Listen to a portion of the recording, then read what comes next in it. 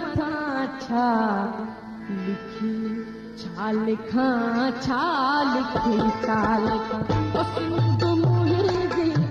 दुनिया जा सिंधियो हिक मुठ थी सिंध बचायो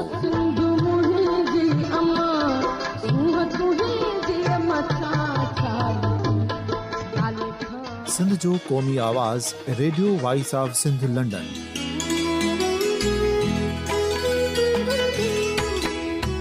radio voice of Sindh London पंहिंजी नशरियात में सिंध जी सियासत, समाज, इक़्तिसादियात, तारीख़, क़ौमी उमंगुनि ऐं इख़्लाक़ियात मुतलिक़ सिंध जी हक़ीक़ी तर्जुमानी कंदे प्रोग्रामनि खे असराइतो बणाइण लाइ सिंध जे घण घुरनि ऐं धरतीअ सां प्यार कंदड़ अदीबनि, दानिशवरनि, सहाफ़ियुनि, उस्तादनि, वकीलनि ऐं हर तबिके जे मानवारनि सजणनि खे सिंध में शऊरी इनक़लाब लाइ सहकार जो सॾु ॾियूं था। अचो त गॾिजी सूफ़ियुनि ऐं संतनि वारी सिंध जो ओज हिकु मुठ थी वरी वापसि आणण वारे सफ़र जा साथारी बणिजऊं।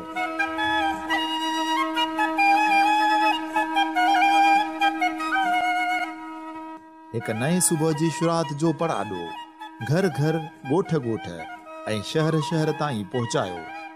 शाल सिंध आबाद ऐं ख़ुशहाल थिए, सिंधी माण्हू सुखियो ऐं सताबो थिए।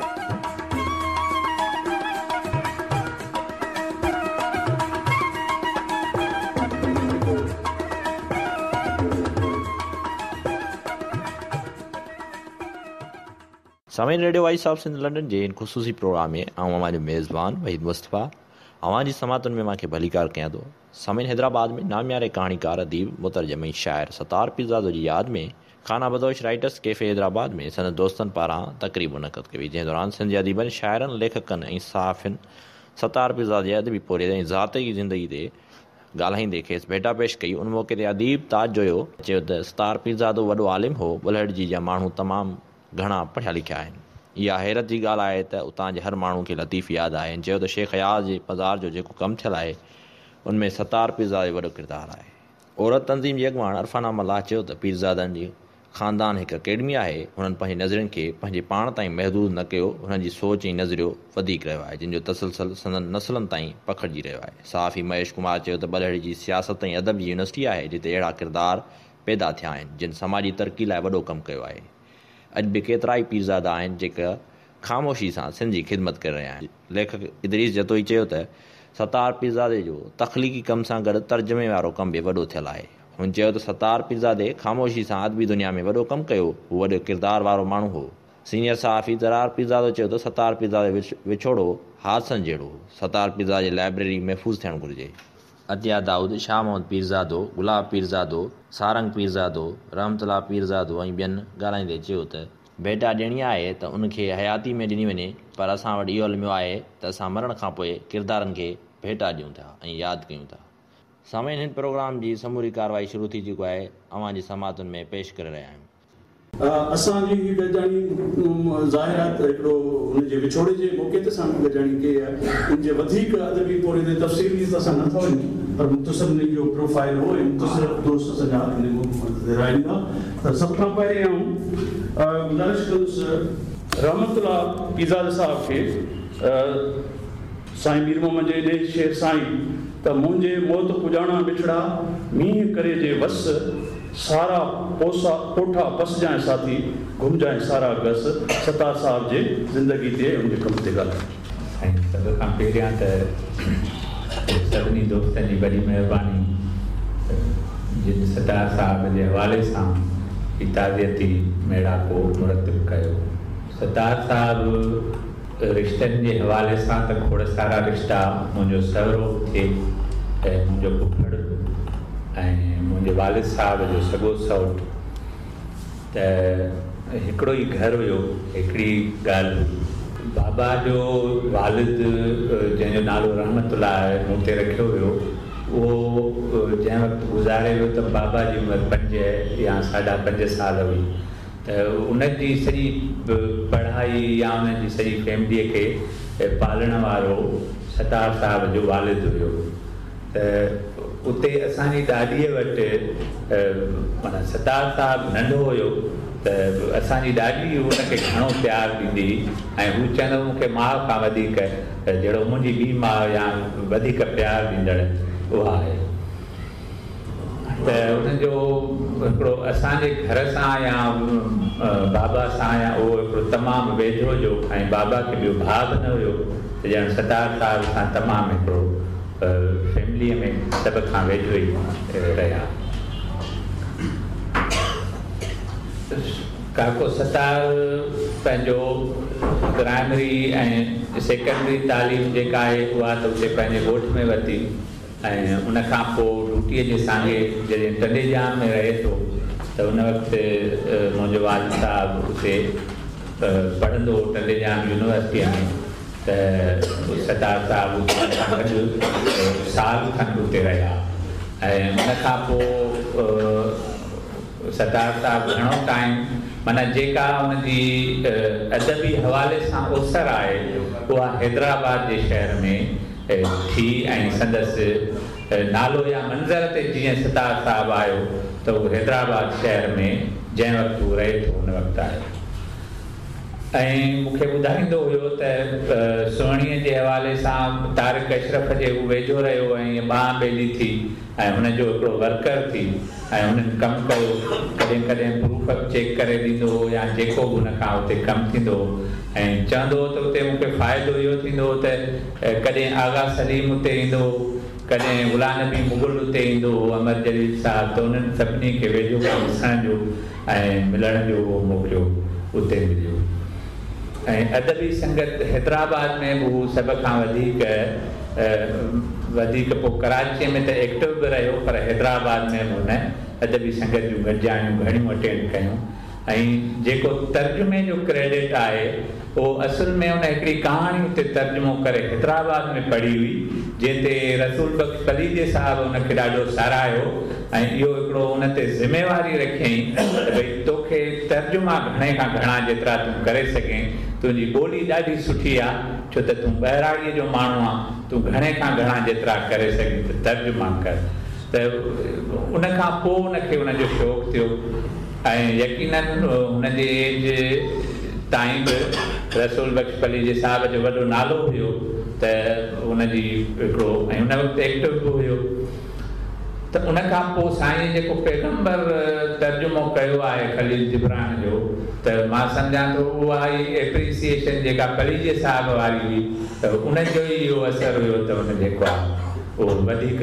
तर्जुमनि ॾे साईं तफ़सील सां पंहिंजो भाऊ इदरीस ॻाल्हाए वियो आहे त हुनजे अदबी कम ते ऐं तर्जुमनि जे हवाले सां आख़िर में हिकिड़ो इहो चंगेज़ इत्मातोफ़ जा 2 नावल हुया नंढा हिकिड़ो जमीला जेको सतार साहिब जो इलाही वक़्तु अॻु में जो कयल हो पर किथे छपियो न हुयो त हाणे उहो छपाइणु चाहे पियो नवनियापो अकेडमी इनाम अब्बासी हुनखे चयो त तव्हां हिकिड़ो ॿियो बि करे ॾींदव जेकॾहिं नंढो ई नावल छो त हीउ 60 सुफ़्हनि जो नावल आहे त जीअं किताब जेतिरो सुठो मवादु अची वञे पोइ इनाम अब्बासी हुनखे दोशीन नावल ॾिनो चंगेज़ इत्मातोफ़ जो त इहो हिकिड़ो किताबु जेको आहे दोशीन ऐं जमीला उहो साईं इदरीस खां रहिजी वियो आहे त हुनजे तर्जुमनि में ॻणाइण जे हवाले सां बाक़ी अंजुमन तरक़ी पसंद मुसनफ़ीन जा के ख़ुतबा हुया उहो हिकिड़ो सॼो चई पे त उन कंहिं कॉन्फ्रेंस में वियो हो त उहे सभई ख़ुतबा हिकिड़ो किताबु करे उन्हनि उते विराया त उहे सभु हुन सिंधीअ में तर्जुमो कया उहो बि सौकनि सुफ़नि जो हिकिड़ो सॼो किताबु आहे जेको मूं वटि पियल आहे मूंखे मोकिलियईं ॾिनई कंपोज़ बि पाण कंदो हुयो ऐं ॿियो बदर कुरैशीअ जो किताबु शाइरी जो जंहिं ते 2-3 सुफ़नि जो मुआग डॉक्टर तनवीर अब्बासीअ जो लिखियलु उहो बि किताबु साईं मूंखे ॾेई वियो हो हुनजो पंहिंजो सहेड़ियल हो त जितां किथां करे हुन बदर कुरैशी शाइरी जमा कई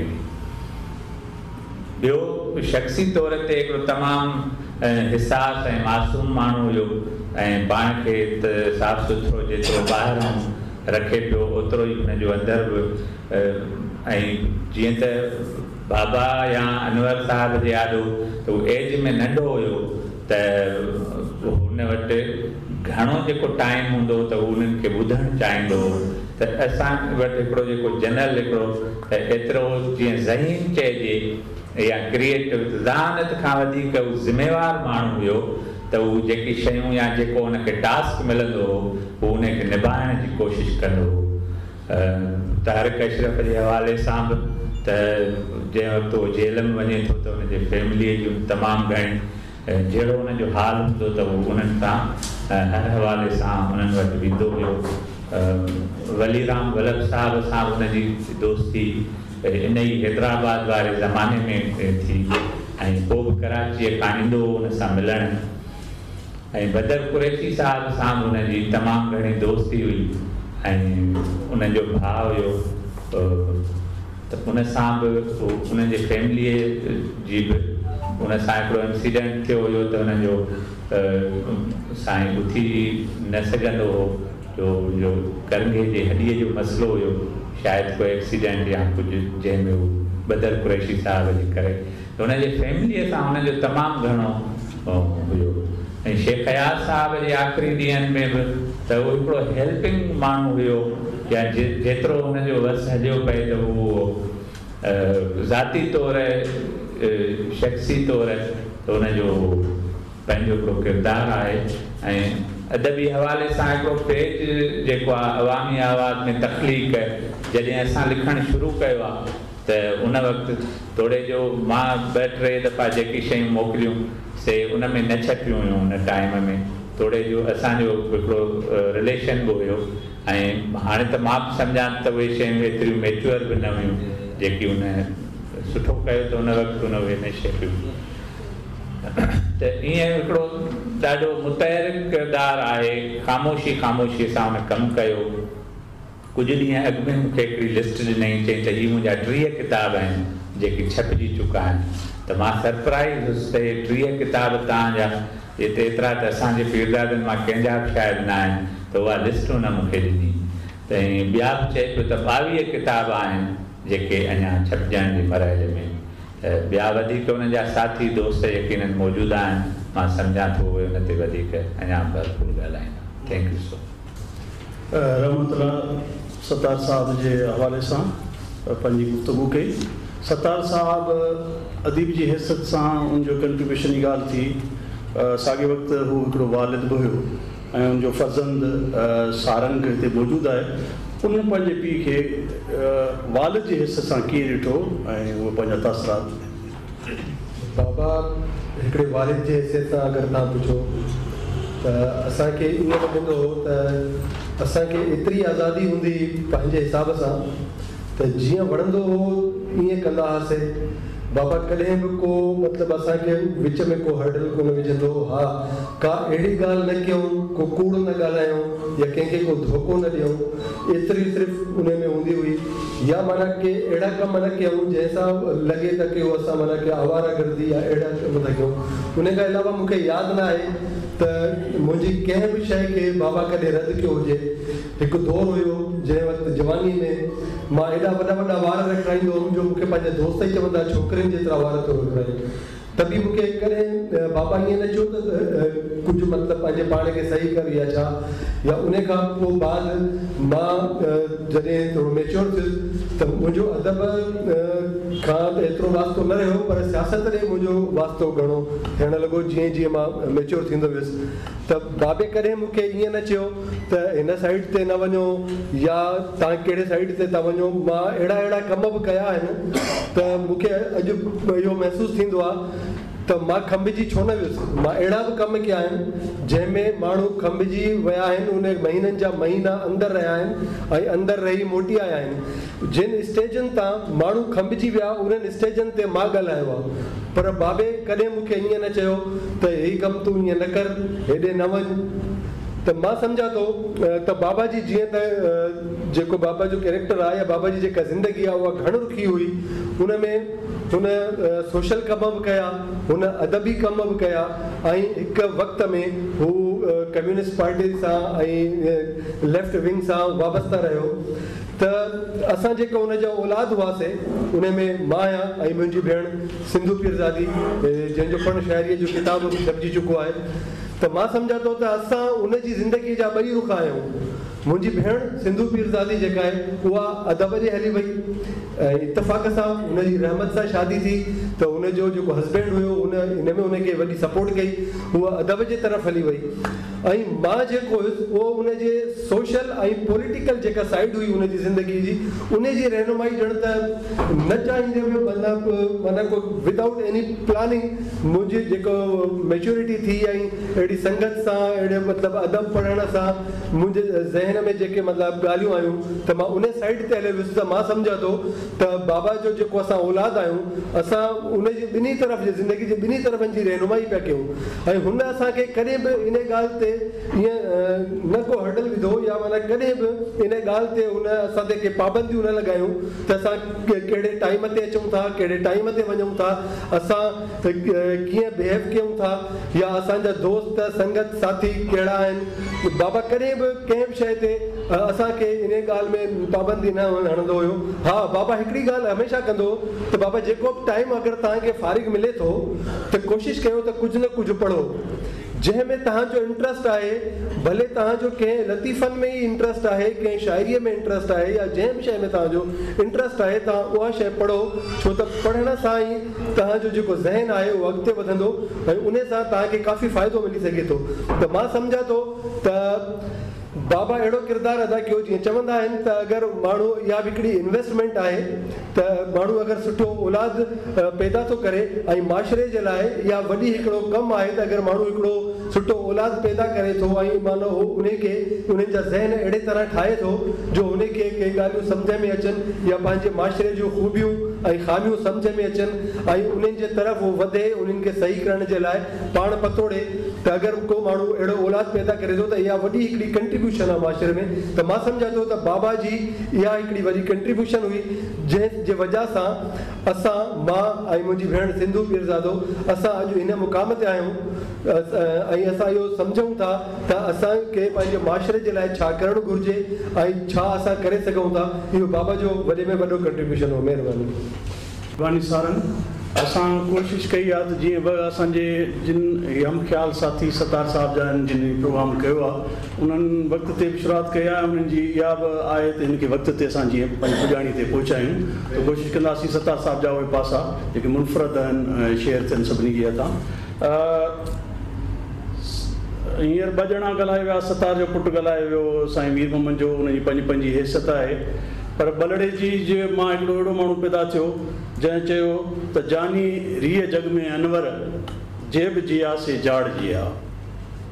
सो अनवर पीरज़ादो सिंधी अदब जी तमामु आम शख़्सियत आहे ऐं उनजो बि अदब जो सिलसिलो त शाइरी जो अमर संभालियो, पर उनजो आर्कियोलॉजी ऐं सहाफ़त वारो सिलसिलो असांजो नौजवान आहे, उनजी पंहिंजे बासलाहियत नौजवान आहे ज़रार पीरज़ादो, अवामी आवाज़ जो सब एडिटोरियल पेज जो इंचार्ज आहे, सहाफ़त में उनजो तमामु घणो कंट्रीब्यूशन आहे।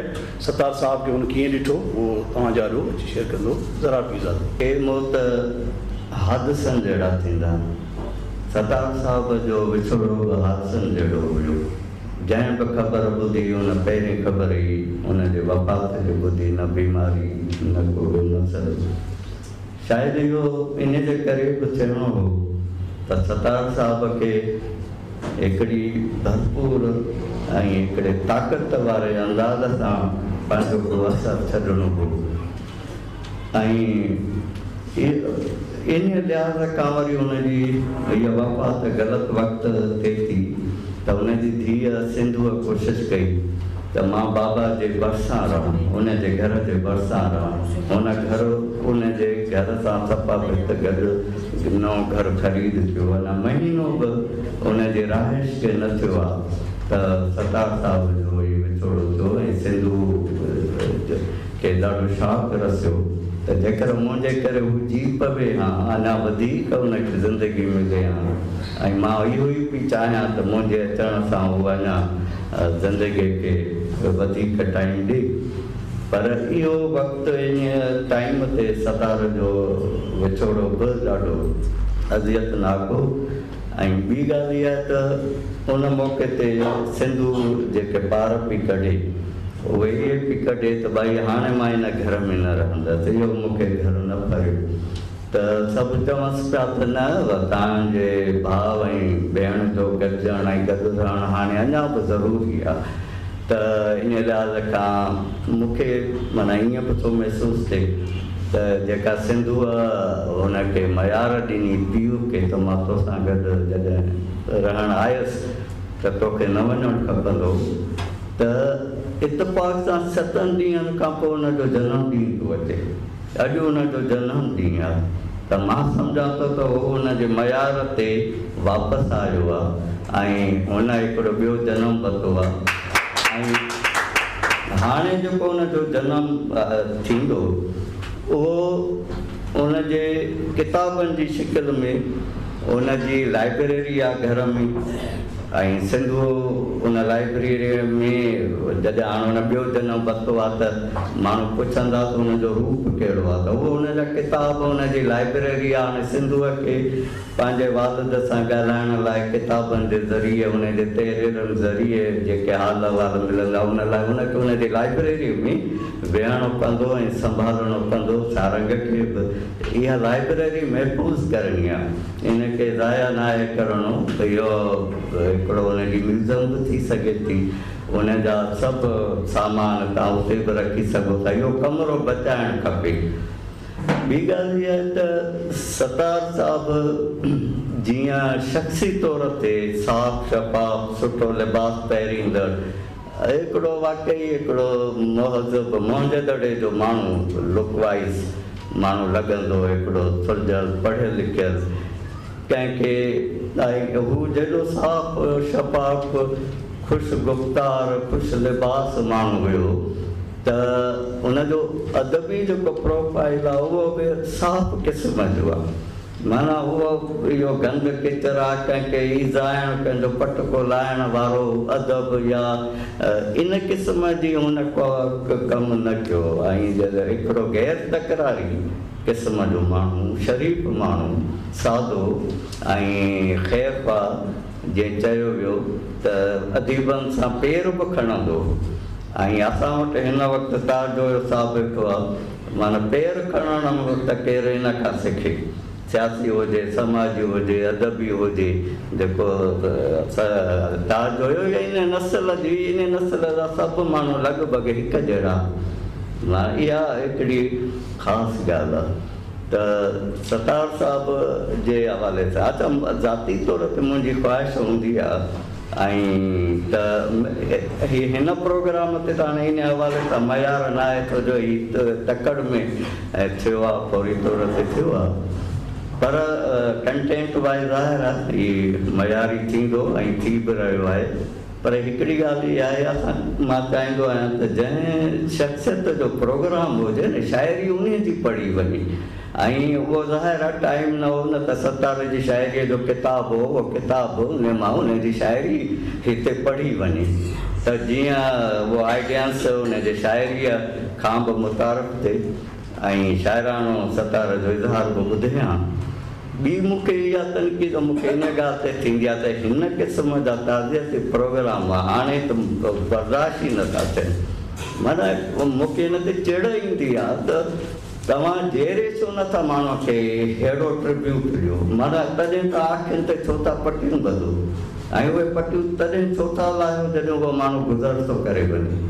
माना उनखे जे हीअ सतार साहिब सां इहा उनजी ख़ुशकिस्मती त आख़िरी 1-2 साल अॻु सिंध पब्लिक लाइब्रेरी बिठाईआबाद आहे उन सां जनमु ॾींहं ते प्रोग्राम कयो। हिकिड़नि दोस्तनि कोशिशि कई त माना हीअ हाणे अहिड़ो मौक़ो आहे त इन्हनि माण्हुनि खे ट्रिब्यूट ॾिजे। पोइ उनजो जनमु तक़रीब मल्हाई वई।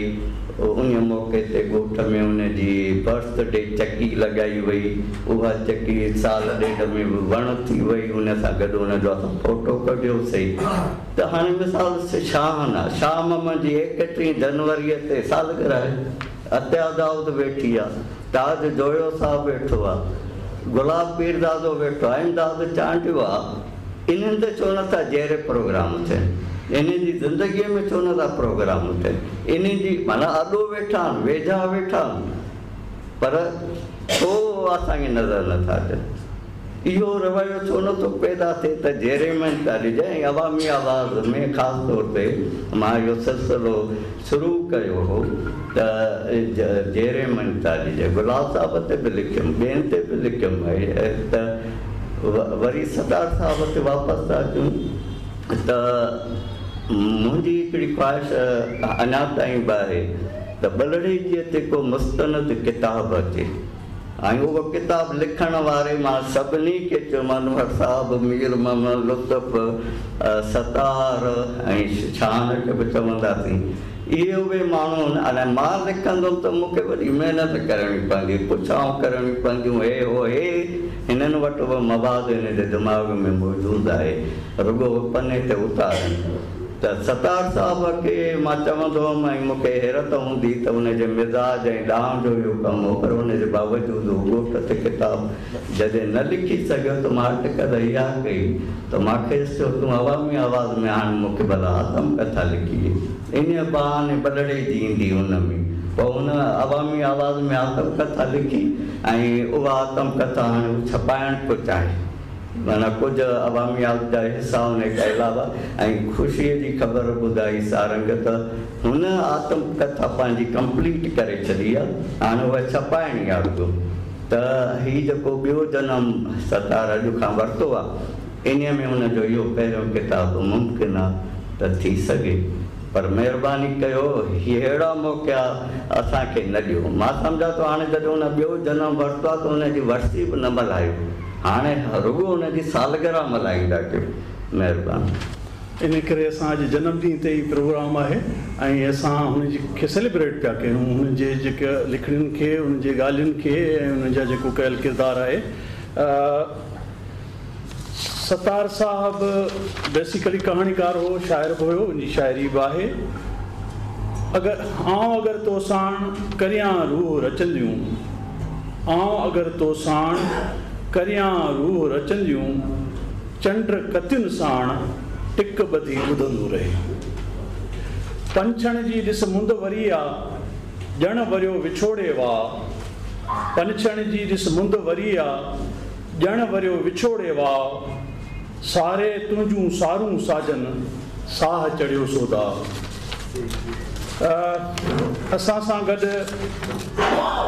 शाह मोहम्मद पीरज़ादो वेठो आहे जंहिंजो पाण ख़ुदि शाइर आहे पहिरियों किताबु स्तूपा सिंधू चंडुनि जो शाइरी जो मजमो उनखां पोइ सूंहं जूं सभु सूरतूं उन किताब शाइरी जो आयो इन खां वधीक हुन ख़ासि तौर ते MRD जी जमहूरी तहरीक जेका हली उन जे सिलसिले में सिंधी ऐं उर्दू अदब में जेकी कुझु लिखियो वियो उहो अमन सलीम सां गॾु मुल्क सारा मंसूर मुरतब कयो ज़िक्र अयाज़ फ़िक्र अयाज़ ते जेके किताब उर्दू में तर्जुमो थिया अंग्रेज़ी में शेख अयाज़ खे आसिफ़ फरकी सां गॾु तर्जुमो करण में असांजे शाह मोहम्मद जो ऐं सिंधीअ जी बि संगत कराची में ख़ासि तौर ते शाह मोहम्मद जो अदियत्या फ़कीर मोहम्मद लाशारी अब्दुर्रहमान नकाश रऊफ़ निज़ामाणी इन्हनि सभिनी सां अनवर साहब ऐं इहे सभु गॾु हूंदा हुआ संदसि ई शेर सां सॾु कंदुसि शाह मोहम्मद खे शहर सॼे में जेको आहे हुल मुंहिंजो आहे शहर सॼे में जेको आहे हुल मुंहिंजो आहे तुंहिंजे वारनि में जो आहे गुल मुंहिंजो आहे शाह मोहम्मद पीरज़ादो पहिरीं वज़ाहत रही आहे त जेको शेर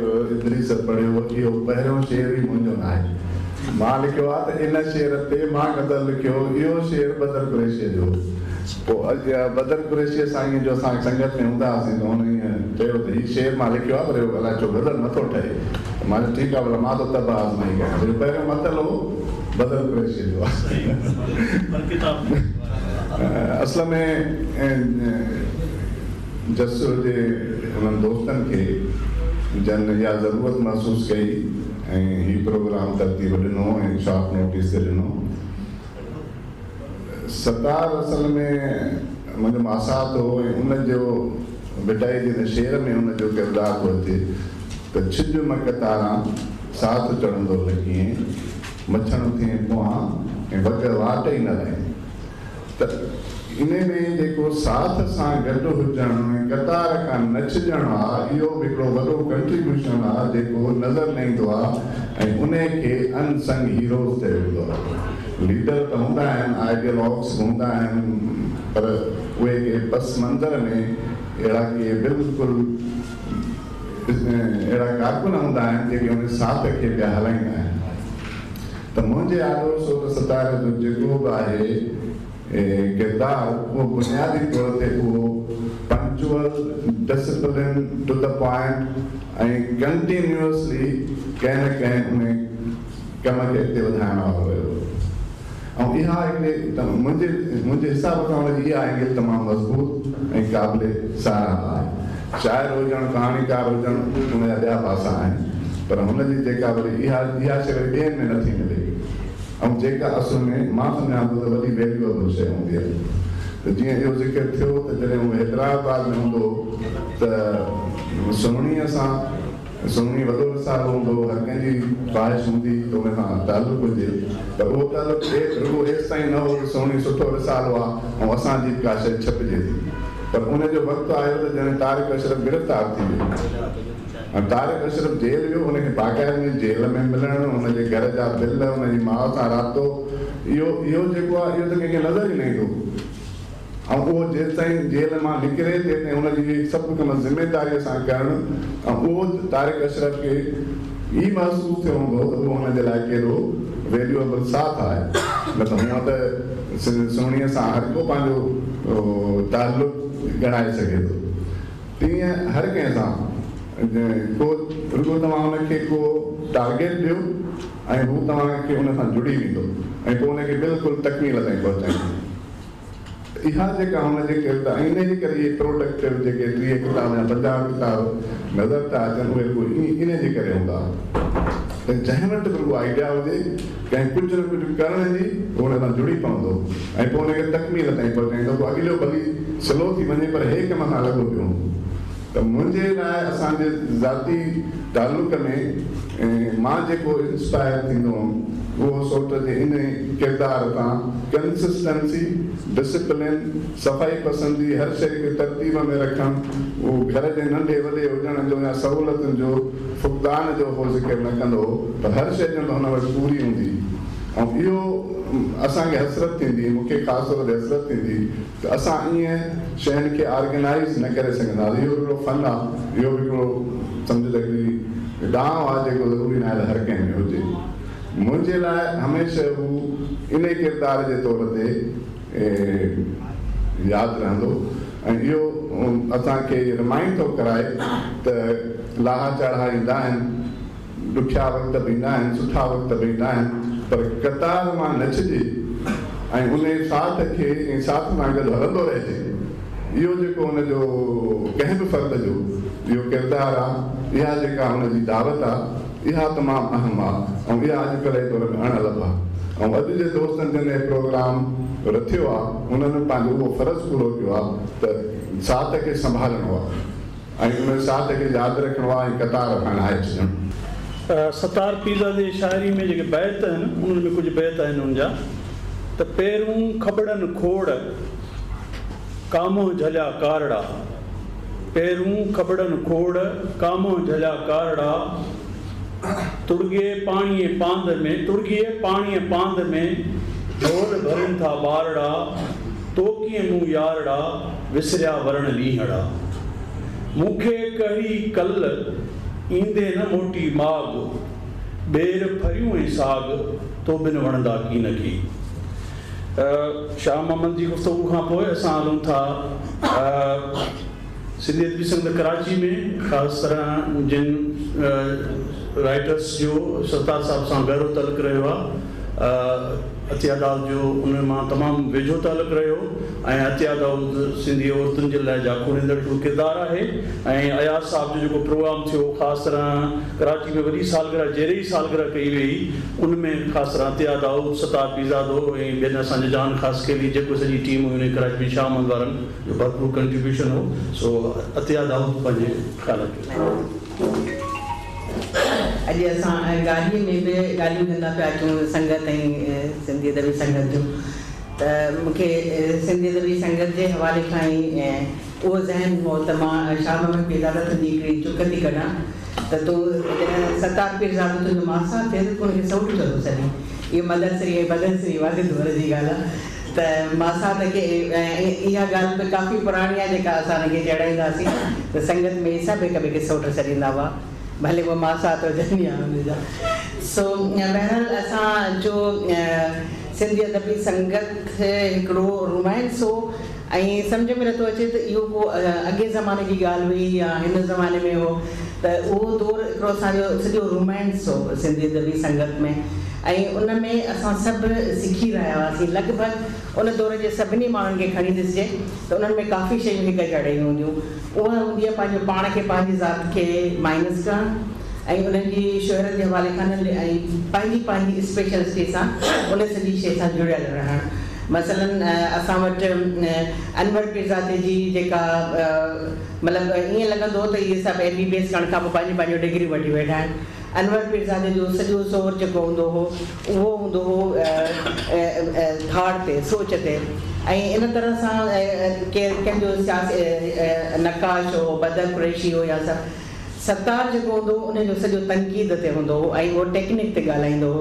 ऐं असांजी सभिनी पंहिंजी संगत जा माण्हुनि जी असांजी हिकिड़ी हिकिड़ो क्लोज़ सर्कल हो जो असां जूं हिक ॿिए सां ॾाढो खुली तरह सां ॻाल्हाईंदासीं। त जॾहिं तनक़ीद कंदे कंदे सत्तार जो नालो वरितो वेंदो हो त असां सभु जेके उन ज़माने में उन्हनि खां थोरा यंग हुआसीं त असां खिलणु शुरू करे छॾींदासीं त अबाड़े मरी वियासीं, हाणे वॾी मिस्त्री वटि पहुतो, अलाए छा थो थिए।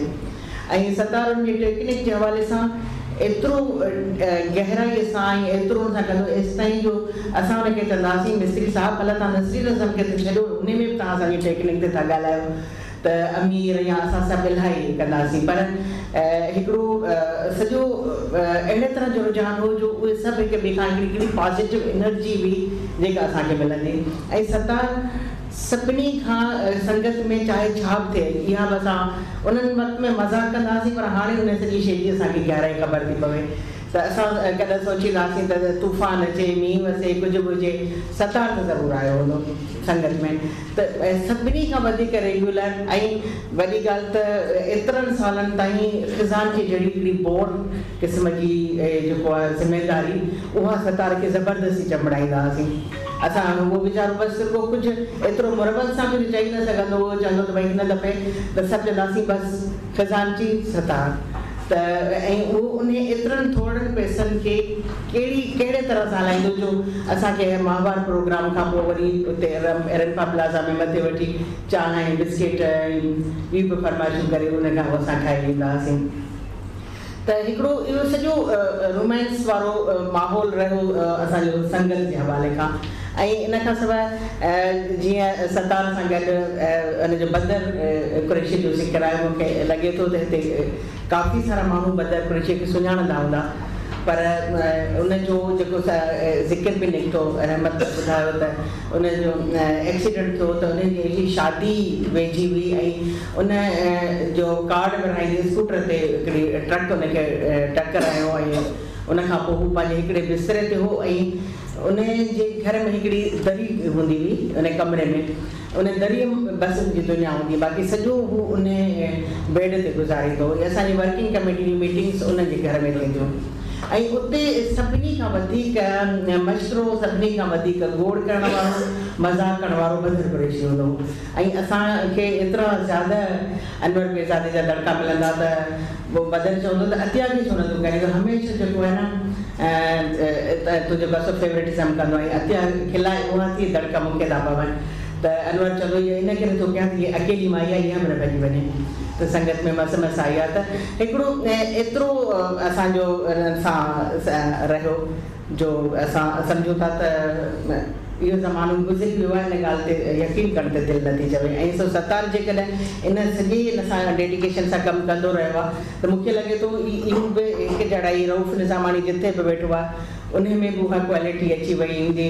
बदर हिकिड़ो आहे ऐं जेके माण्हू हलिया विया आहिनि तेज़ीअ सां, अनवर हो। ऐं ॿी वॾी ॻाल्हि त हिनजी फैमिली में मुंहिंजी जेका आख़िरी वधीक मुलाक़ात थी, हींअर नंढड़ी मुलाक़ात थी शाहन जे पुट जी शादीअ में, त उन में मुंहिंजी वधीक न थी, लेकिन सिंधू पीरज़ादे जो जॾहिं किताब जी मोहरत पई थिए त उन महिल मां सिर्फ़ु सत्तार जी अखियुनि में पई ॾिसां।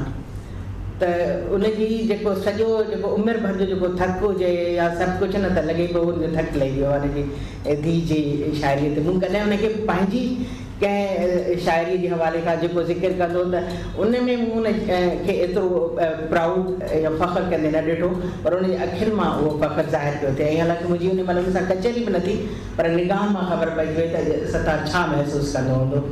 त मुंहिंजो ख़्यालु आहे त अहिड़नि शाइरनि अहिड़नि माण्हुनि खे ऐं अहिड़नि नक़ादनि खे असांखे उहे ज़िंदा आहिनि, असांखे उनखे यादि रखणु खपे। ऐं हीउ बि हिकिड़ो तरीक़ो आहे, भले जहिड़े जे करे नथा कयो त मोए कयो, नक़ाश, बदर कुरैशी, इहे सभु अञा असांजे मतिलबु अञा हिन दौर जा माण्हू उन्हनि खे सुञाणनि था, इन्हनि सभिनी खे अॻियां वधाए। महिरबानी।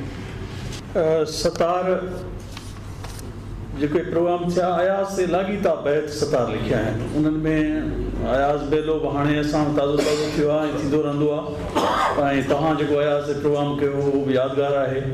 सतार चए थो त ॿुध ॿुध हाण अयाज़, ॿुध ॿुध हाण अयाज़, ॻाइजनि तुंहिंजूं ॻाल्हिड़ियूं, ॿुध ॿुध हाण अयाज़, ॻाइजनि तुंहिंजूं ॻाल्हिड़ियूं, सारा तुंहिंजा साज़ घर घर गूंजनि कीअं पिया। ॿुध ॿुध हाण अयाज़, तुंहिंजो ई पैगाम, ॿुध ॿुध हाण अयाज़, तुंहिंजो ई पैगाम, कीअं थियो आहे आम, कुंड कुंड पहुतो सिंध में।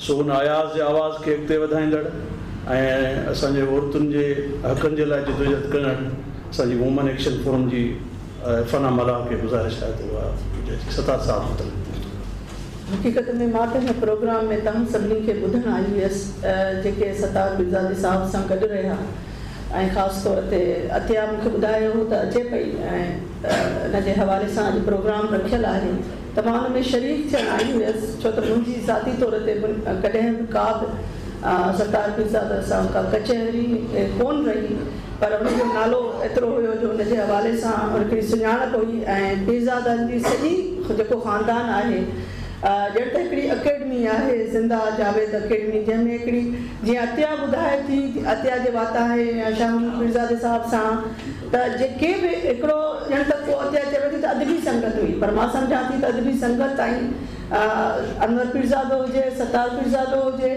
उन दौर जा जेके रहिया उन्हनि उते पंहिंजी नज़रिए खे पंहिंजे पाण ताईं महदूद कोन कयो, पंहिंजे क्रिएटिविटीअ ताईं महदूद कोन कयो, सिर्फ़ु पंहिंजे पाण लाइ महदूद कोन कयो। जेका हुननि जी जदोजहद नज़र अचे थी, जेका हुननि जी सोच नज़र अचे थी, ऐं शाइरी जेका हुन दौर में थी, जेको मूं हिकिड़ो ई किताबु पढ़ियो आहे, मां माफ़ी थी घुरां जेकॾहिं मां घणा किताब न पढ़ी सघी आहियां, त हिकिड़ो ई किताबु पढ़ियो आहे अनवर पीरज़ादे जो, त तक़रीबन सॼो वर्क पढ़ियो आहे, त लॻंदो ईअं त हीअ माण्हू शाइरी जे साम्हूं जे ॻाल्हि वांगी कंदा ऐं मट में विझंदा वेंदा। हिननि खे सेल्फ प्रोजेक्शन जी एतिरी आदत जीअं हाणे आहे त अञा अधु नज़म लिखिबो आहे ऐं अधु फेसबुक ते ई करेक्ट थींदो आहे, पहिरियों ई अपलोड थी वेंदो आहे।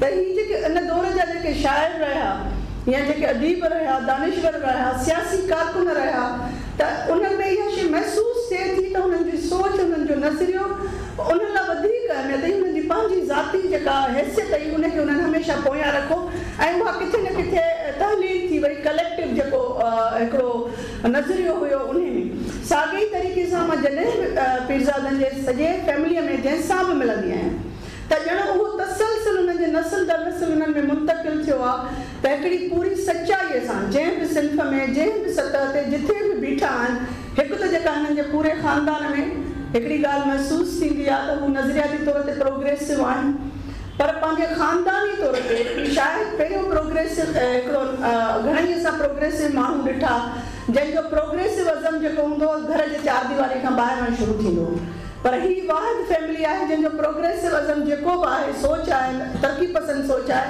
उहा पंहिंजे ख़ानदान खां, पंहिंजे घर खां, पंहिंजे घर जे हर जॻह ते उन्हनि खे मूंखे महसूसु थींदी आहे।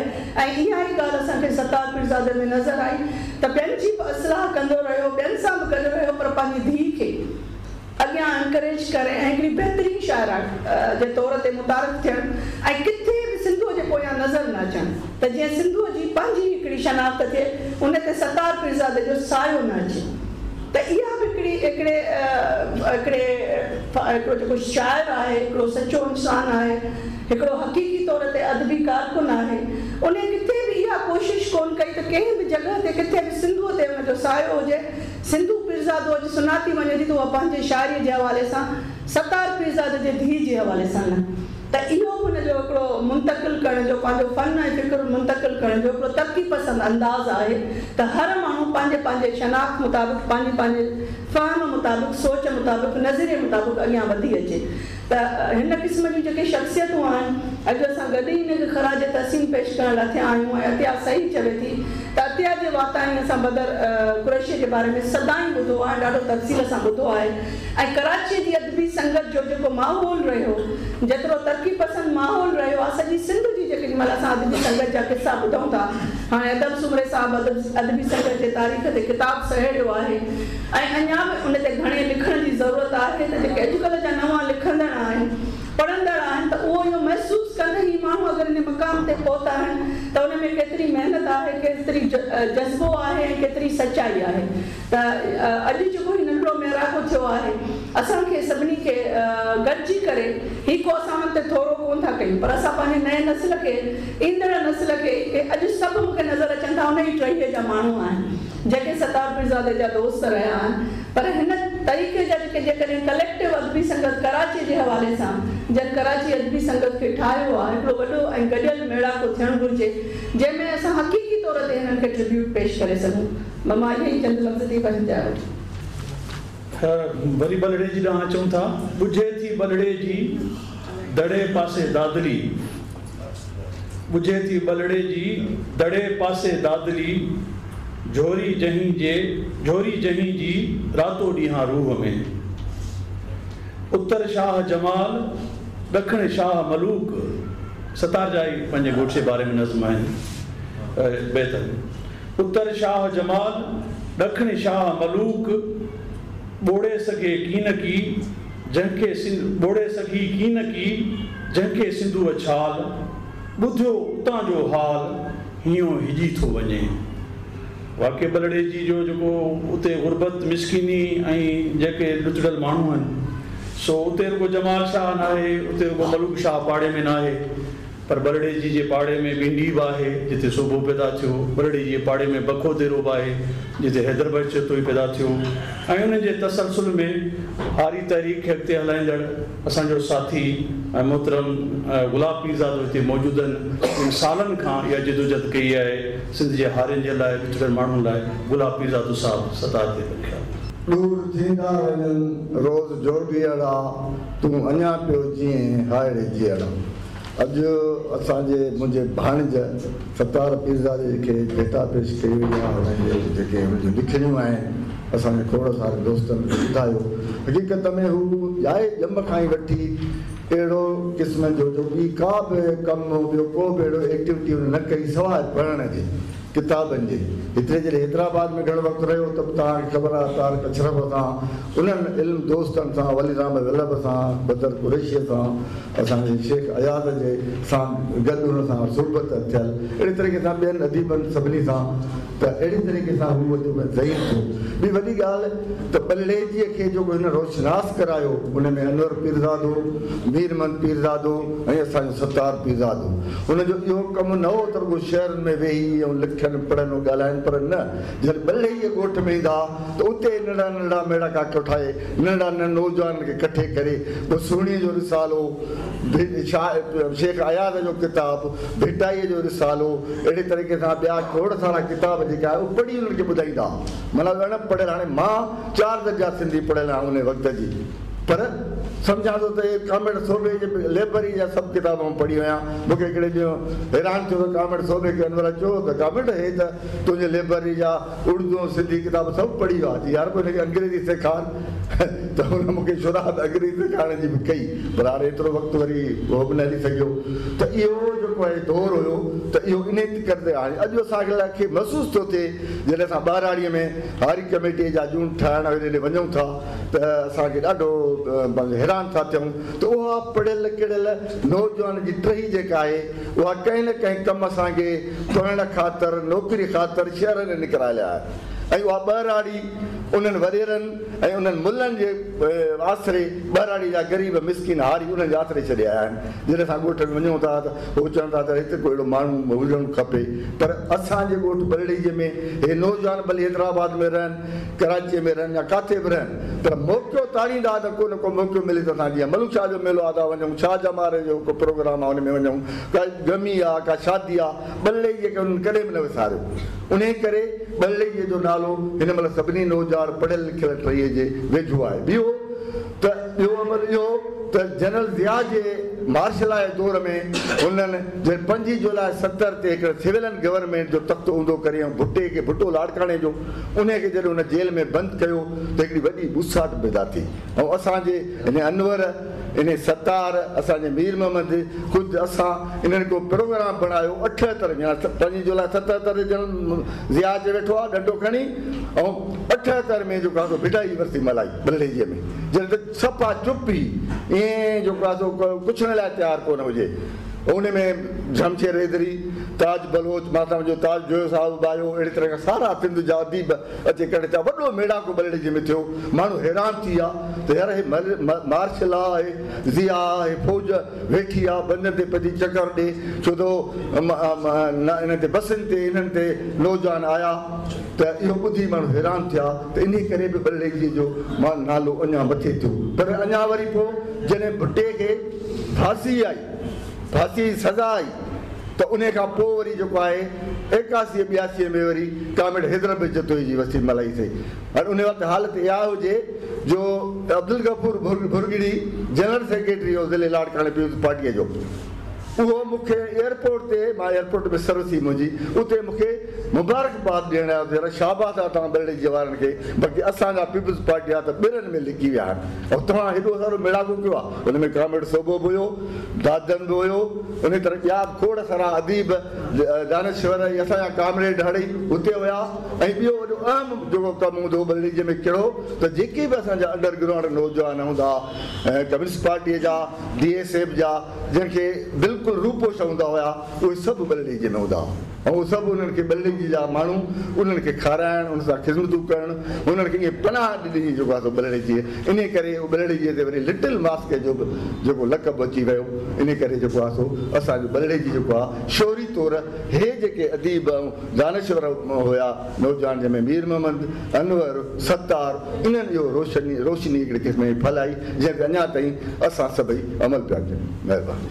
ॻोठ मथां चंड चमकी चोरियो चित खे, गुड़े पियो घिंड पिर खुटीअ प्रभात जो।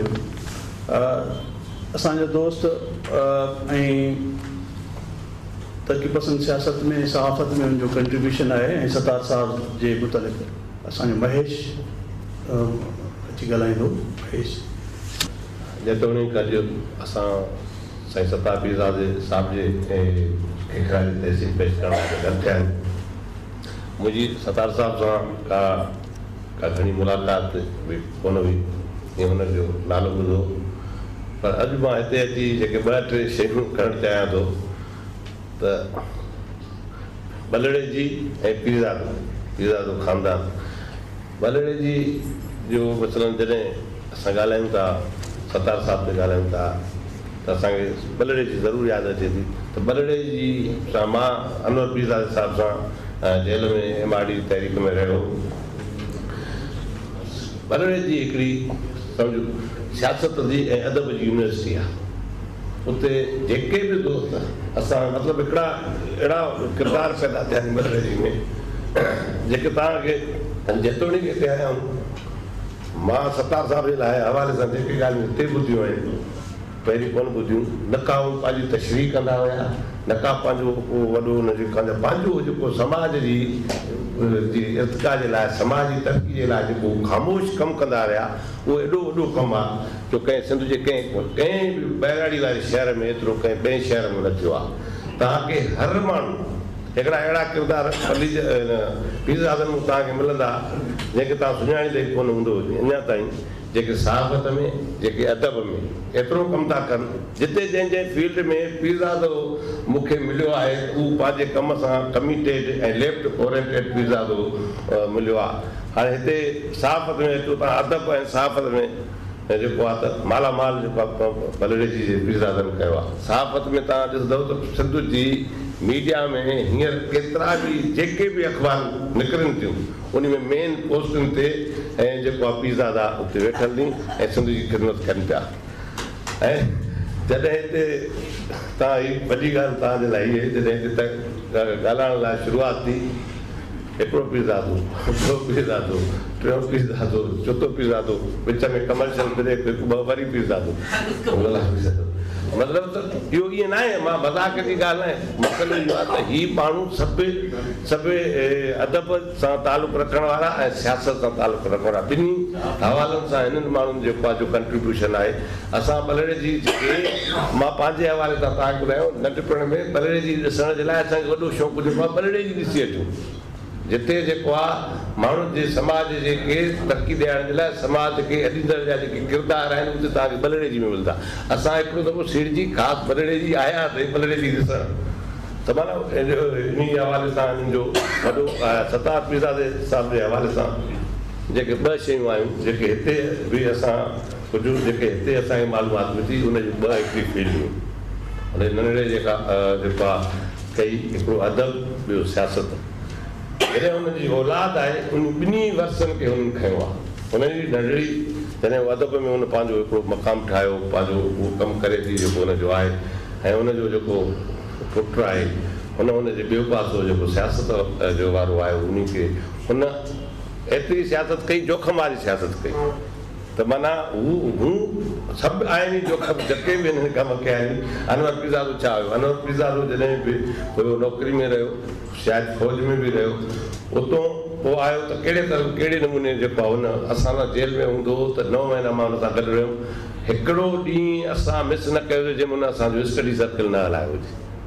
माना जेल में हुजनि, रेल में हू हुजनि, हू पंहिंजे कम सां हूंदा।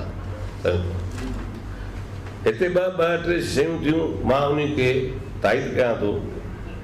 साईं ज़रार साहिबु चयो त हीअ जेके असां हिकिड़े गुमनाम माण्हू आहिनि, कमु त हुननि जो वॾो आहे, पर हिते असां वेठा आहियूं, केतिरा ई वेठा आहियूं सतार साहिब जे हवाले सां।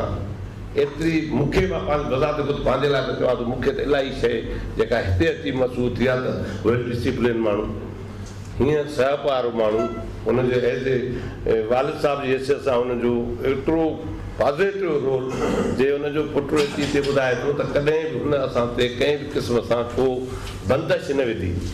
माना हिकिड़ो पीउ जो रोल त अदा कयो, भला हिकिड़ी ख़्वाहिश हूंदी हुई असां वटि। मूं पंहिंजे दौर में दाख़िला वरिती, मूंखे जर्नलिज़म में दाख़िला वठणी हुई त मां वरिती MA में दाख़िला, त मूंखे घर वारनि अची ज़रे करे कुटियो कोन, तूं वरी आर्ट पढ़ंदे, तोखे त साइंस पढ़णी आहे, हिकु माना हिकिड़ो डॉक्टर थियणो आहे, इंजीनियर थियणो आहे। माना उन वक़्त में हिकिड़े वालिद वारो रोल आहे, पंहिंजी औलाद खे जेका बि हू करणु चाहिनि, चॉइस करणु चाहिनि, उनजो हिकिड़ो उहो रोल बि जेको आहे त हिते साम्हूं अचे थो। त अहिड़नि माण्हुनि जी मनता असां जेको आहे न, हीउ पोइ जेको तहज़ियती हाणे हू बि ज़ाहिर हीउ प्रोग्राम बि थींदा, तहज़ियत बि प्रोग्राम थींदा, पर असां इहो कयूं, हीअ तजवीज़ हिते कयूं। असां दोस्त हिकु जेको अॼोको मेड़ाको आहे, हीअ भली तव्हांखे ॾिसण में क्वांटिटी जे हवाले सां को हुजनि 50-100 माण्हू हुजनि, पर हीअ हिकिड़ा अहिड़ा सभु माण्हू अहिड़ा वेठा आहिनि जेके सभई हिकिड़ो मुआशिरे में ॾियनि जो पंहिंजो हिकिड़ो रोल आहे।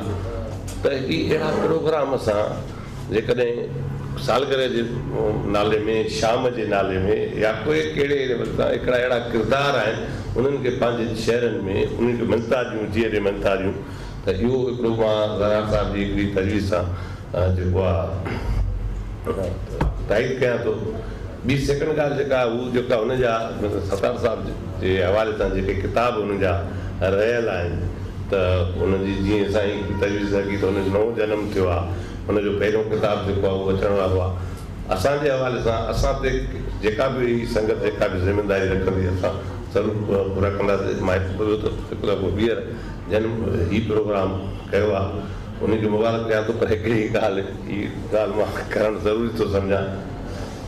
असां वटि सहाबत में हूंदो त हिकिड़ा पीरज़ादा, हिकिड़ा सूमरा। जे सूमरा ऐं पीरज़ादा मिली वञनि त माना बेड़ा ई पार।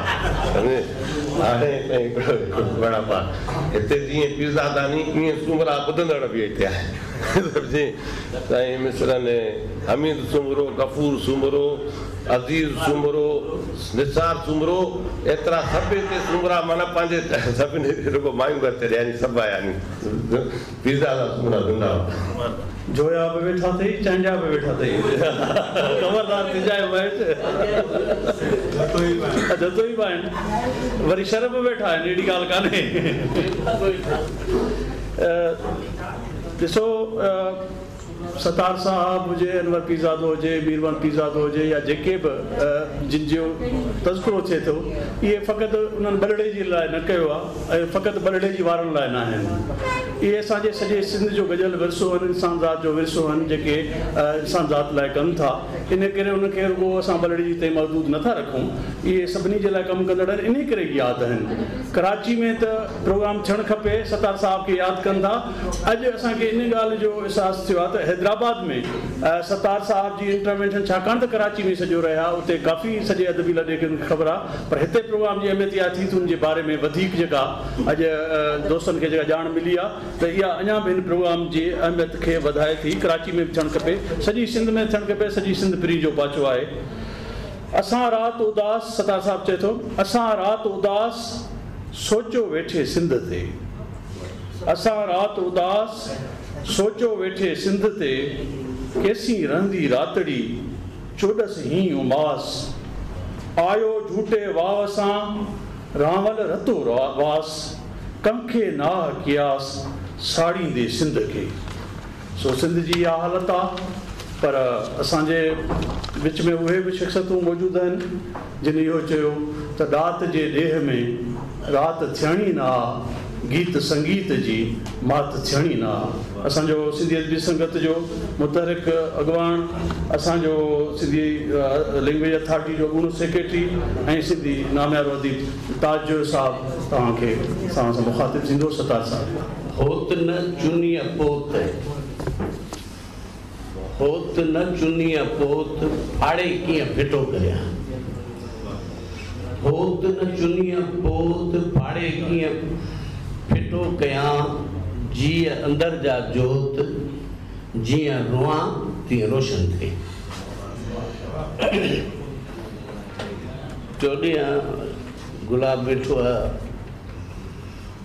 मूंखे 26 तारीख़ लाड़काणे में मुशाइरे खां छा आहे त पहिरियों ॾींहुं त मूंखे ख़बर ई न पई सतारे जी, त पोइ वरी मां सोचियो त हाणे वञा, त वरी हिकिड़ी दावत हुई मुंहिंजो, भला हाणे 2 ॾींहं लेट सां वियुसि त बिड़े ख़ैर आहे, छाकाणि त तदफ़ीन ऐं उहो त गुज़री वई। त उन राति शाम जो मुशाइरो थियो 8:45 बजे ख़तमु, त अची लाड़काणे में बरसाति शुरू थी।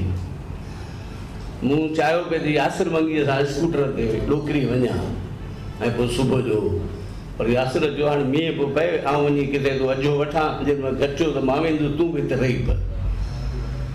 पोइ मां लाड़काणे में रही पियुसि, पर सुबुह जो साजुर मां निकितुसि ॾोकिरीअ में, उते मुंहिंजी साली रहे थी, हुनजे घर वियुसि ऐं उतां भाणेजे खे मूं वरितो स्कूटर ते ऐं उते पहुतुसि। हाणे उनखे ताज़ो खंभे विया हुआ, 4 सालनि जो छोकिरो, जेको सियासत ॼाणंदो कोन, साईं जे सालगिरह ते के ईंदा वेगरुनि में उनजे मथां चढ़ी ईंदो, उन झंडो को खणी आयो, जंहिं करे उते हिकिड़ो यासीन नाले सुमरो आहे मशहूरु, उन वेड़े हिनखे फासाए पादर पादर हयां।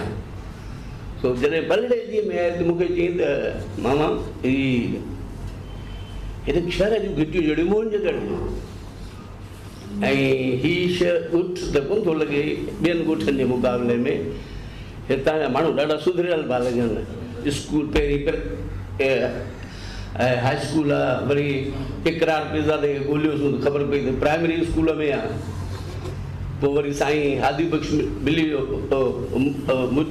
मुजन मिली वियो, उन सां गॾु हादीअ ऐं गुलाब सां ऐं इकरार सां उज़र खाई कईसूं, त वरी सर्वे चया ॿाहिरि ॿिया मिली विया, ऐं इकरार सफ़ा फ़क़ीर माण्हू चए बाबा मंझंदि जी मानी खाइण, मुंहिंजो त आसी ज़मीने वारे बयानु मोहन जे दड़े ते, त वरी उन्हनि खे फ़ोन कई 7 में हिकिड़ी मच्छीअ जो वरितई, सभु उन मानी बचे हू न आया, चए बाबा हाणे मेखाने वारे में सभिनी खे सॾूं था ऐं घटि में घटि मानी जेका ठही आई 15 माण्हुनि जी ठही आई ऐं पर 15 माण्हू मौजूदु थी विया मूं भला हेड़ हीउ रोज़ानो तूं पलो घुराईंदो आहीं छा?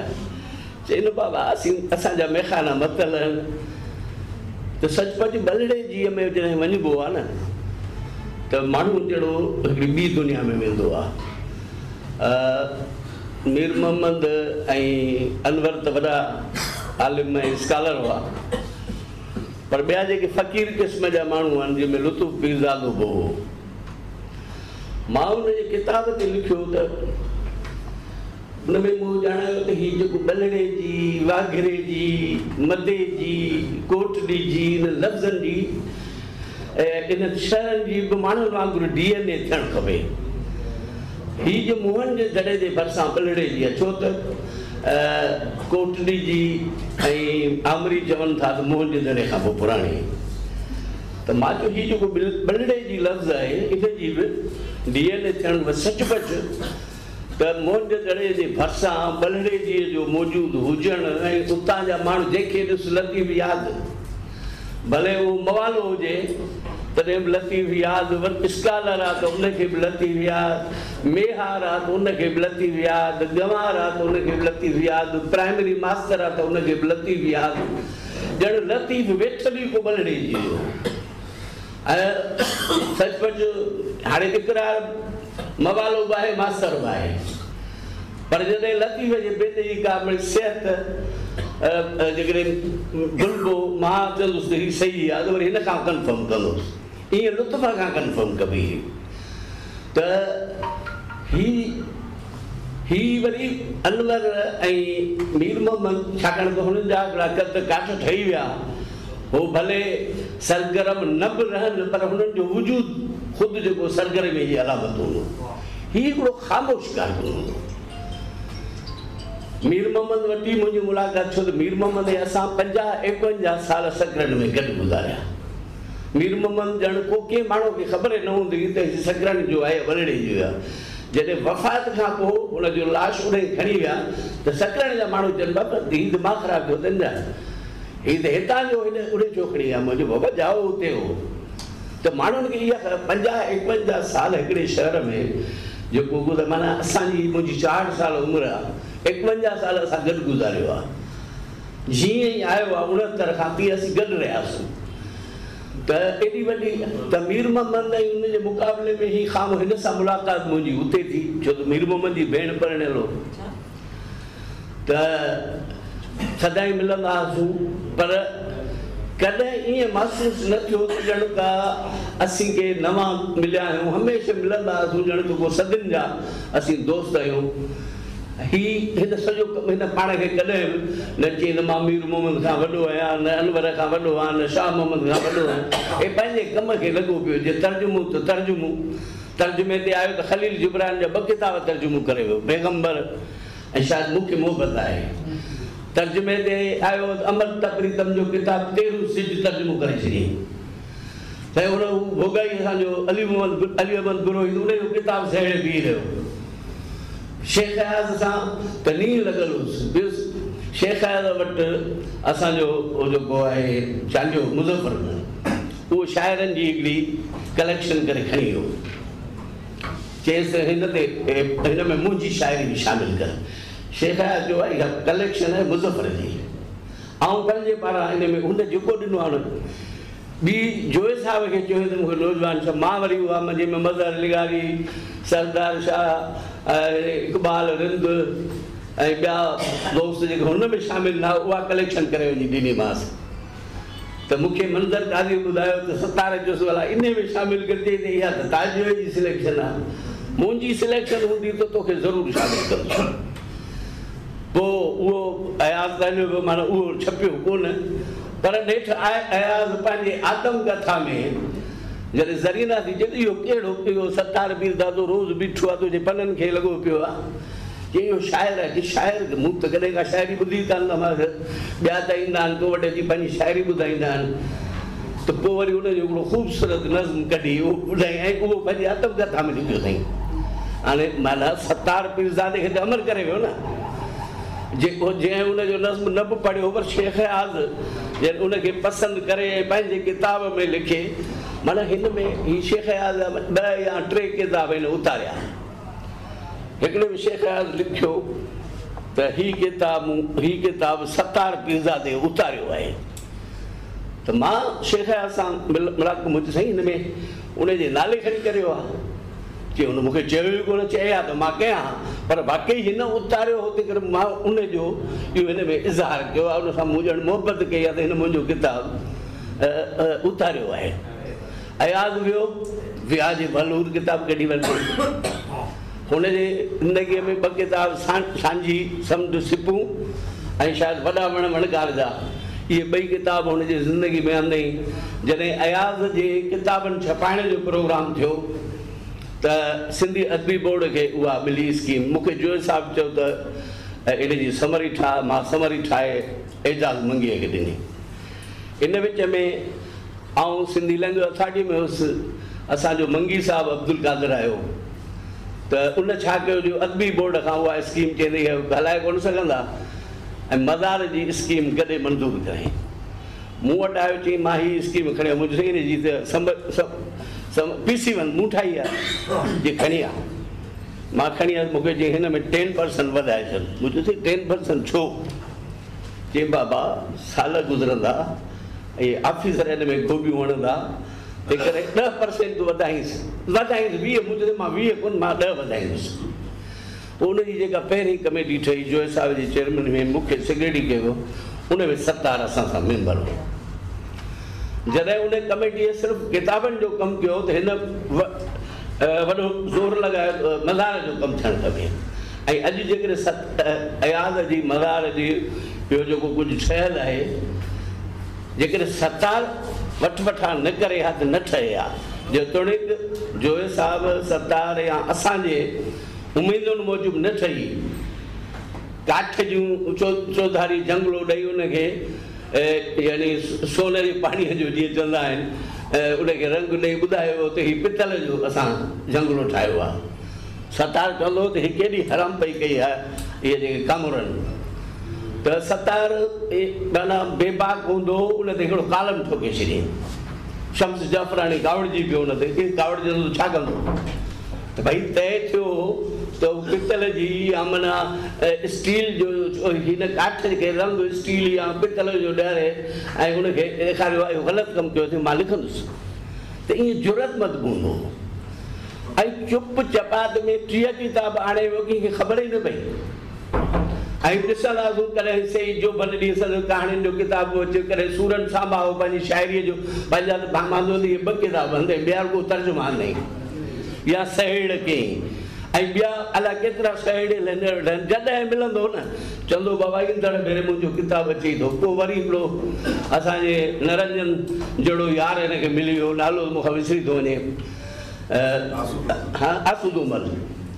पोइ त उहो मिली वियुसि, पोइ त अलाए काफ़ी किताब आंदई ऐं साईं यार मोहम्मद पीरज़ादे जी शाह जी सिर बि आणे छॾियईं ऐं तर्जुमनि जा किताब ॿिया जेके किताब हुन आसूदेमल जे सलाह सां ऐं या माली मदद सां माली उन इशायत में आंदा। त कंहिंखे बि पब्लिशरनि जी हिनखे परवाह न हूंदी त सिंधी का छपराए थो या पीकाग मुंहिंजो नथो छपराए। हुन सिंध अकेडमी ठाहे, सिंध अकेडमी कराची ठाहे, उन पारां किताब छपाइण शुरू कया। ऐं सचपच सतार जो विछोड़ो त दिलि मञे कान थी, छो त न को बीमार हो। मीर मोहम्मद जो वञण त उनखे काफ़ी अरसे खां बीमारियूं हुयूं, उन्हनि सां हू जोटींदो आयो पंहिंजे विल पावर त डॉक्टर ॿुधायो त हेतिरा साल ज़िंदह रहंदे, उन खां 5-8 साल वधीक ज़िंदह रही वियो। ऐं जॾहिं हलण जहिड़ो न हूंदो त 2 ॼणनि खे पुट खे या ॿिए कंहिं दोस्त खे चवंदो मूंखे ॿाह मां वठी पर रोज़ उते हली कुर्सीअ ते विहारियो, जिते रोज़ वेहंदो आहे त दोस्त अचनि त कचहरी कयां। अनवर वटि जॾहिं ज़रार खे यादि हूंदो त उहो मुंहं ते मास्क चढ़ियल हुयुसि त मां वियुसि मिलण त मास्क हटाई, थोरो चहिरे में रौनक त मूं तव्हांजे चहिरे में अॼु रौनक अची वई आहे। अड़े जे यार हिन सिगरेटनि अंदरि टुंग करे छॾिया आहिनि, इहो घड़ी खन जी रौनक अथई। त त मतिलबु हिन माण्हुनि में ॾिसो अनवर सां इख़्तिलाफ़ बि कया, पर जॾहिं मिलियासीं माण्हू हैरान हूंदा त भेड़ा हे रुॻो असांजे मुंहं ते इख़्तिलाफ़ पाण में एॾा ठहिया वेठा आहिनि। मीर मोहम्मद से 6 साल मूंखे सेक्रेटरी सिंधियत बि संग करे छॾियो। मूं चयो मां त तंग थी पियो आहियां हैदराबाद सकरण में कि पोइ छा कयूं। मुंहिंजो अॼु त पाण त मुंहिंजे ख़िलाफ़ु साज़िश कयूं। असां ॿिन्ही हिनखे यादि आई, नंढो हूंदो असां चयो त फैज़ुल्ला थिए, मुआरो बहा ख़ाकी डंडो खणी बीह रहियो, उन ते वर्क कई त ताज सेक्रेटरी थींदो। असांजी पंहिंजे ख़िलाफ़ साज़िश जे बावजूदि मूं हिकिड़े वोट ते हारायो। त मतिलबु त इहो हूंदो। मीर मोहम्मद चवंदो त हाणे हीअं कर तूं ऐं असीं कचियूं फिकियूं शयूं खणी अचूं ऐं पढ़ूं त छोकिरनि में तनक़ीद। पोइ असीं अची हिक ॿिए जा छोड़ा लॻे चवंदा भेण हेॾो पाण में बबड़नि। ऐं पोइ फैज़ुल्ला जहिड़ा नखाद पैदा थिया। ऐं सिंधियत बि संगत तव्हां ॾिसो मीर मोहम्मद हो या अॼु न आहे, अॼु उनजो तनक़ीदी मयार ऐं उतां जेको अदब जी नर्सरी जेका उभरी आई आहे, हिन खां पुछो घणा शाइरी जा मजमू अची विया आहिनि, रहमत जा 7-8 त अची विया हूंदा, साहिल जा 2 मजमू अची विया। यानी मीर मोहम्मद खां बि घणा हिननि जा अची विया। हिननि पीरज़ादनि पंहिंजे औलाद जी तरबियत दोस्तनि वांगुरु कई आहे। पुटनि मां 9 क्लास ताईं शाइर थी वियुसि, ख़ाकीअ खे शाइरी कोन ॾेखारींदो हुउसि, साईं राशिद खे ॾेखारींदो हुउसि त इश्क शाइरी हाणे ख़ाकीअ खे कीअं ॾेखारियां।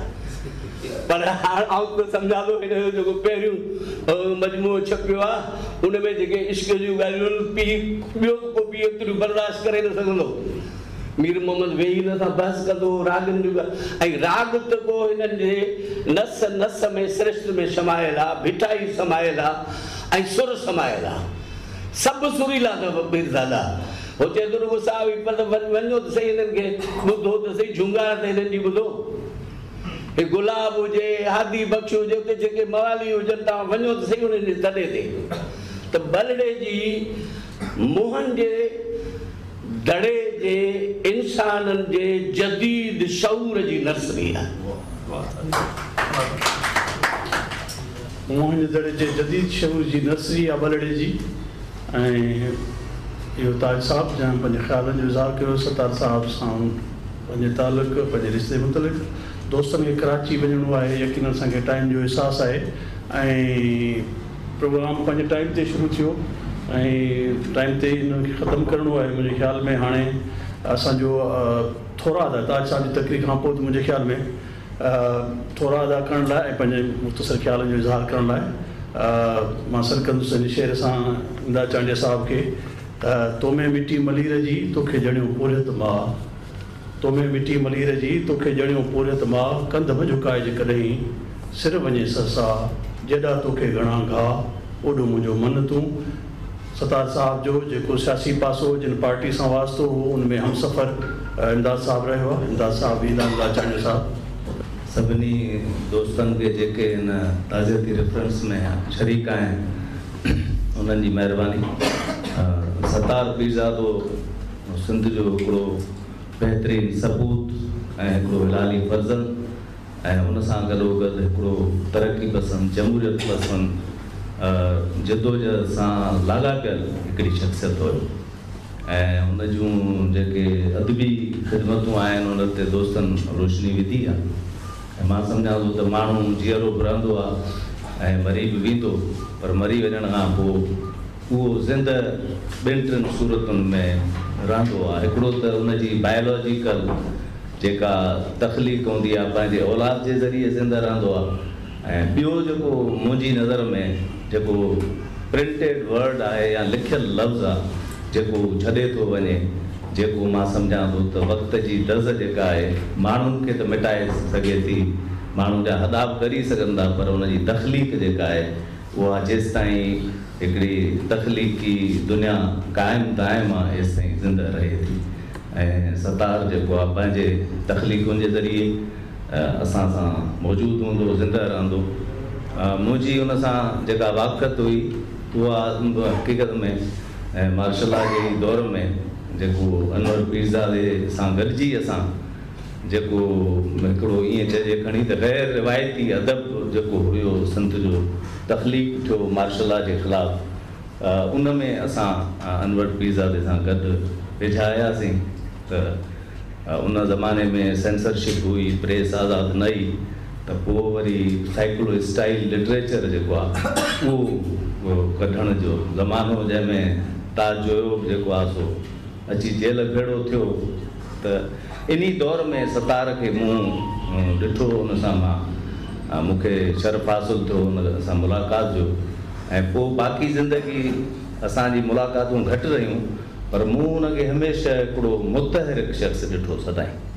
ऐं ॿियो इहो त हू हिकिड़ो सेल्फ मेड, पंहिंजी हिमत ते ज़िंदह रहण वारो ऐं पंहिंजे सर्वाइवल जे लाइ कॾहिं बि हुन मूंखे ईअं न लॻो त हुन कंहिं सहारो वरितो हुजे, कंहिं इहो जेके काठ जे डंगुनि जो, हू पंहिंजी हिमत सां हुन सर्वाइव कयो, ज़िंदह रहियो ऐं तख़लीकार तौरु हिकिड़ो साइलेंट ख़ामोश सिपाही जीअं हूंदो आहे अदब जो, सिंधी अदब जो ख़ामोश सिपाही बणिजी हुन जेको तख़लीक़ूं असांखे ॾेई वियो आहे ऐं उहो असां सां ज़िंदह रहंदो। हीउ जेको प्रोग्राम दोस्तनि वताए जे घर वारनि जो इनिशिएटिव आहे ऐं हिन दौर जो जेको जदीद वतायो आहे उहो वेठो आहे, उन सभिनी खे छो त हाणे असां पंहिंजनि दोस्तनि खे यादि कंदा रहंदा आहियूं। जेतिरो हाल आहे असांखे ईअं प्रोफेशनल गिझूं कोन आहियूं जो वरसनि में जाके असांजी ॿी का कमाई थी थिए। बाक़ी इहो ज़रूरु आहे त असांखे पंहिंजा जेके बि अहम सिंध जूं शख़्सियतूं आहिनि उन में ज़रूरी न आहे त असां हुजूं, पर कई इहो असांखे इन ते वीचारण जी ज़रूरत आहे त असां जीअरे जेकॾहिं मान ॾींदासीं पंहिंजनि दोस्तनि खे, साथियुनि खे, त उन सां जेको आहे हिकिड़ी वधीक हिकिड़ी बहितर रिवायत, सुठी रिवायत पैदा थींदी। अॼु जे हिन ॾींहं जे मौक़े ते असां वरी सतार जे ॾुख में उनजे फैमिली सां शरीक आहियूं, उनजे सभिनी माइटनि सां ऐं सॼी सिंध जे अदीबनि सां जेके सोगवार आहिनि उनजे साथियुनि सां। ऐं ज़ाहिरी ॻाल्हि आहे असां ख़ुदि बि सोगवार आहियूं, असांजा दोस्त। तव्हां सभिनी जी महिरबानी। Thank U very much. महिरबानी इमदाद साहब। ही सतार जा ई दोस्त हुआ, साथी आहे जिन ही अॼु उहे तव्हां सभिनी खे थोरो चवनि था जखरा जियो शाल, जखरा जीअं शाल तुंहिंजो मदो कने मसुड़ा, अञा कालूनी काल तो लुत्फ़ तारिया ॾिए था। गॾिजी चांहि पीअंदासीं जेके दोस्त आया। महिरबानी। सामाइन ही प्रोग्राम हैदराबाद जे खाना बदोश राइटर्स कैफ़े में शाइर, अदीब, मुतरजम सतार पीरज़ादे यादि में संदन दोस्तनि पारां तक़रीब कोठाई वई, जेका अवां जी समातुनि में पेश कई। इन प्रोग्राम बाबति के बि राय ॾियणी हुजे असांखे ईमेल कयो। असांजी ईमेल एड्रेस आहे info@radiovaiceofsin.com। पंहिंजे मेज़बान वहीद मुस्तफ़ा खे ॾींदा इजाज़त। सदाईं गॾु।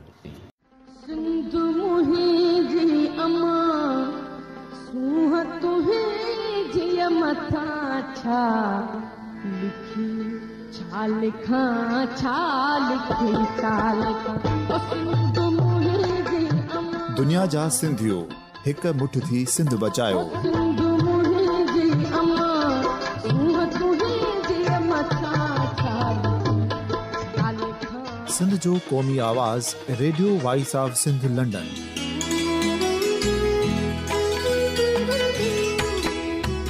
Radio voice of Sindh London पंहिंजी नशरियात में सिंध जी सियासत, समाज, इक़्तिसादियात, तारीख़, क़ौमी उमंगुनि ऐं अख़लाक़ियात मुतलिक़ सिंध जी हक़ीक़ी तर्जुमानी कंदे प्रोग्रामनि खे असराइतो बणाइण लाइ सिंध जे घण घुरनि ऐं धरतीअ सां प्यार कंदड़ अदीबनि, दानिशवरनि, सहाफ़ियुनि, उस्तादनि, वकीलनि ऐं हर तबिके जे मानवारनि सजणनि खे सिंध में शऊरी इनकलाब लाइ सहकार जो सॾु ॾियूं था। अचो त गॾिजी सूफ़ियुनि ऐं संतनि वारी सिंध जो ओज हिकु मुठ थी वरी वापसि आणण वारे सफ़र जा साथारी बणिजूं।